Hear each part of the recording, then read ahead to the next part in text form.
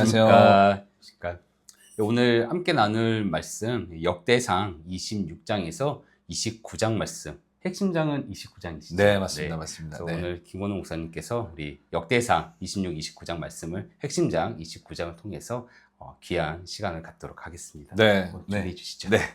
오늘 우리가 말씀해 주신 것처럼 함께 볼 말씀은 역대상 26장에서 29장까지 말씀입니다. 이 역대상의 내용을 전체적인 내용을 한번 정리해 볼게요. 이제 29장으로 역대상이 마무리가 되는 거거든요. 정리해 보면 크게 세 가지로 볼 수 있습니다. 다윗이 이스라엘 왕으로 세워짐. 그리고 다윗이 왕이 되고 나서 행한 일. 뭐 예를 들면 법궤를 예루살렘으로 옮긴다든지 성전 건축을 준비한다든지 이제 이런 얘기들이 이제 포함되어 있죠. 그리고 마지막으로 다윗의 말년. 그러니까 이제 그의 죽음과 그것을 준비하는 이제 마지막 모습 이렇게 볼 수 있습니다. 그리고 오늘 우리가 이제 함께 들어갈 내용이 바로 다윗의 마지막 모습입니다. 네, 먼저 26장을 보시면 이제 다윗이 먼저 레위인들의 직무에 대해서 이야기하는 걸 볼 수 있어요. 이제 뭐 문지기와 뭐 창고지기 그리고 뭐 백성의 지도자와 뭐 재판직에 대해서 이제 언급을 하고 있는데요. 흥미로운 사실은 뭐냐면 굉장히 디테일하게 나열하고 있다는 거예요. 이게 뭘 알 수 있냐? 다윗이 이 하나님의 일을 섬기는 데 있어서 굉장히 철저했다는 거예요. 네. 철저하시나요? 저는 철저하죠. 그렇군요. 네. 굉장히 철저하지 않은 걸로 알고 있는데요. 네. 자, 다음은 27장입니다.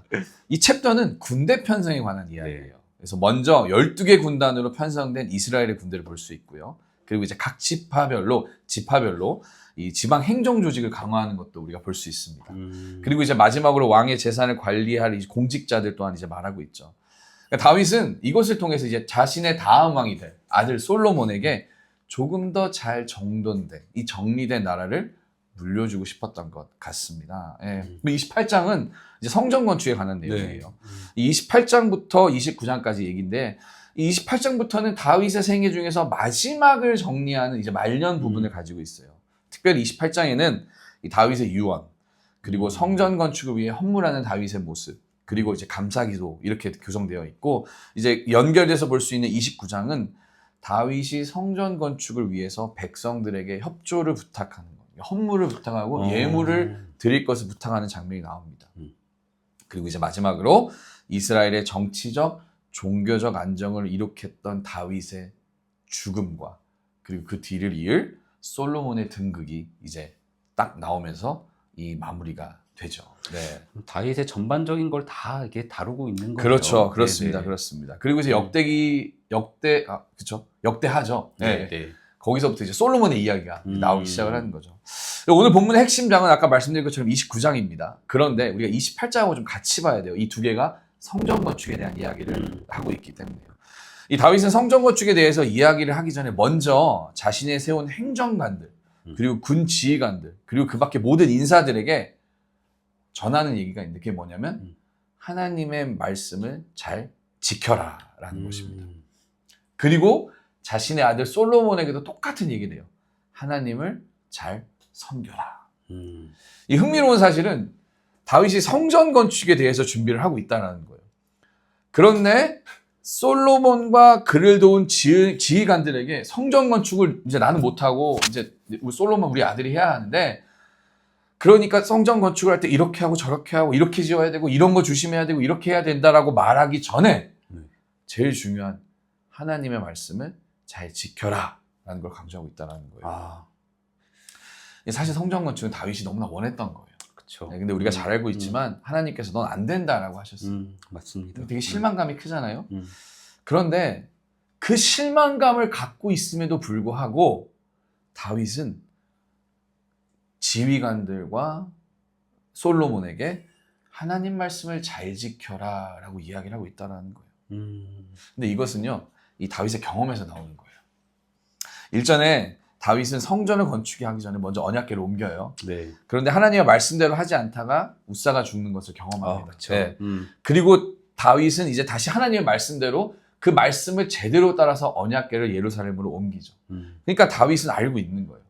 성전 짓는 것이 너무 중요한 일이지만 그것보다 더 중요한 것은 하나님의 말씀을 순종하는 것이다.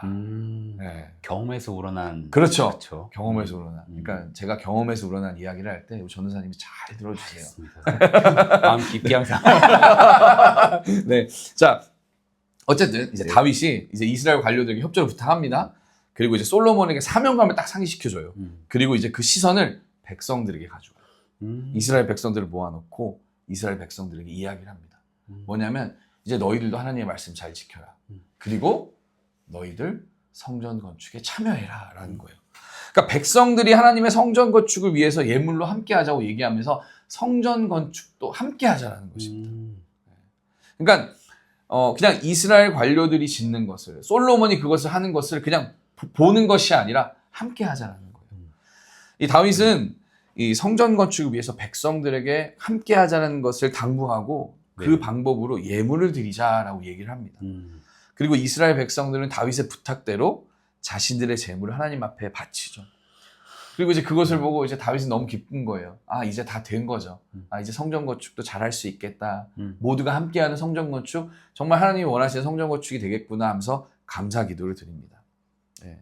그리고 이제 이스라엘이 기쁜 마음으로 다 같이 제사를 드리고 솔로몬이 다윗을 이어서 이제 왕이 됩니다. 그리고 나서 다윗의 죽음의 모습이 나오죠. 그렇게 다윗의 시대가 저물고 솔로몬 시대가 딱 열리는 거예요. 그리고 아까 말씀드린 것처럼 이 스토리는 역대하로 넘어가게 되는 거죠. 다윗은요, 자신이 염원하던 성전 건축의 꿈을 이루지 못했습니다. 그러나 그 사명을 자신의 아들에게 넘겨줘요. 그러면 사실 실질적으로 성전을 건축하는 건 솔로몬이죠.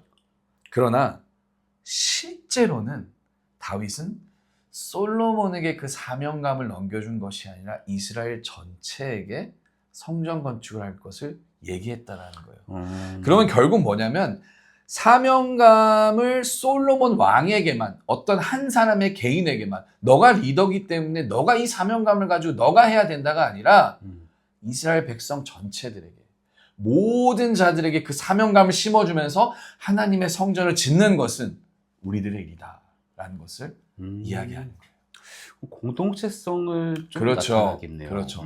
공동체성, 그런 걸 주는 것이죠. 맞아요. 그러니까 함께 할 것을 당부하는. 그러니까 혼자가 아니라는 거죠. 말씀하신 대로 공동체가 함께. 특별히 선별된 사람들이 하는 것이 아니라 모두가 함께 성전 건축에 참여해라. 라는. 저는 이걸 교회로 한번 생각을 해봤어요. 네. 뭐 건물을 짓는 그런 얘기가 아닙니다. 네, 건축하자 이런 얘기가 아니에요. 공동체를 이루는 것, 공동체를 만들어가는 것, 그걸 좀 보고 싶다라는 거예요. 그렇죠. 이 다윗의 당부를 중심으로 우리가 생각을 해보면 우리의 공동체는 결국 누군가 혼자 만들어가는 것이 아니다라는 거예요. 우리는 간혹 착각할 수 있어요. 뭐냐면 목회자 혹은 교회의 중직자들이 공동체를 잘 만들어가야 한다는 거예요. 맞는 말입니다. 그러나 실제로는 어쩌면 우리 모두, 그러니까 어쩌면 우리 어린아이들까지도 함께 협력하여 주님의 몸된 공동체를 잘 만들어가야 하는 거예요. 그러니까 저는 그 사명은 어쩌면 목회자, 그리고 교회의 중직자들, 더 나아가 노년에 계신 분들, 그리고 우리 갓난아이들까지도 동일한 사명을 가지고 있다라는 거예요. 각자의 모습으로 아름다운 공동체를 하나가 돼서 세워가는 것이죠. 어떤 이상적인 아름다운 공동체를 그리고 가는 것이 아니라 그 한 사람 한 사람이, 제가 예전에 이런 얘기를 하죠. 갓난아이가 우는 것도 자기의 본분을 다하는 것이다. 그럼 우리의 교회 공동체 안에서 그 갓난아이가 우는 것, 그것마저도 하나님의 공동체를 아름답게 만들어가는 그 역할을 하고 있다는 거예요. 그러니까 모두가 다 함께 해야 된다는 것이죠. 그러니까 오늘 본문에 다윗은 모든 사람들에게 분명하게 당부하고 있어요. 솔로몬에게, 그리고 관료들에게, 그리고 백성들에게 모두 함께 성전을 만들라. 만약 한 사람만 중요했다면 솔로몬에게만 얘기했겠죠. 그렇죠. 네. 그리고 또 어떤 중요 그룹이 중요했다면 관료들에게만 당부했을 맞습니다. 것이다. 그러나 다윗은 분명하게 이스라엘 백성들에게까지 이야기하는 것을 우리가 오늘 본문을 통해서 볼 수 있다는 거예요. 좀 말씀을 들으면서 그려진 거를 보고 가는 게 아니라 그리면서 간다는 그 말씀이 맞아요. 너무 와닿네요. 맞아요. 네. 사실 어쩌면 그림은 있을 수도 있어요. 그러나 사실은 그 그림대로 모든 것들이 나오지가 않는 것이죠. 그렇죠. 근데 그 그림을 향해서 달려가는 것도 중요하지만 더 중요한 건 함께 가는 것. 맞습니다. 함께 걸어가는 것. 음. 그게 되게 중요한 것 같아요. 다윗의 이 이야기를 보면서 공동체란 이런 모습이구나라는 거예요. 리더가 그림을 비전을 딱 세울 수 있죠. 그건 당연히 리더가 해야 될 일이죠. 네, 네. 그러나 그 비전을 위해서는 우리가 함께 걸어가야 된다는 거. 맞습니다. 네, 네. 네. 그래서 이 다윗이 정말 성전 건축이라는 그림을 딱 던져놨죠. 그죠?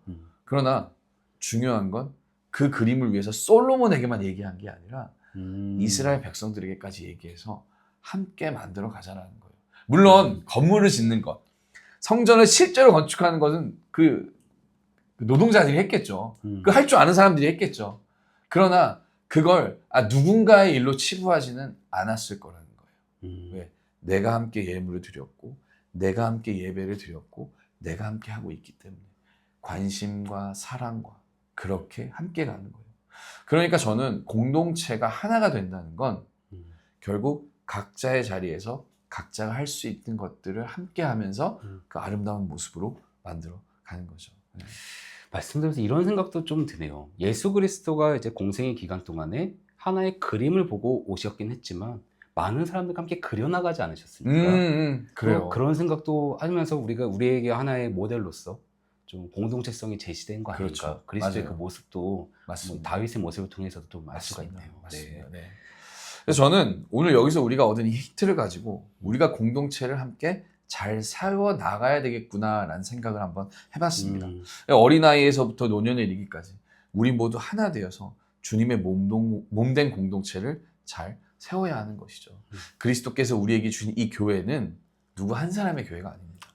주님이 주신 우리의 교회는 어떤 특정된 집단이나 혹은 그런 어떤 중직자들이 만들어가는 곳이 아니라 우리 모두가 한 사람 한 사람이 함께 만들어가는 것이죠.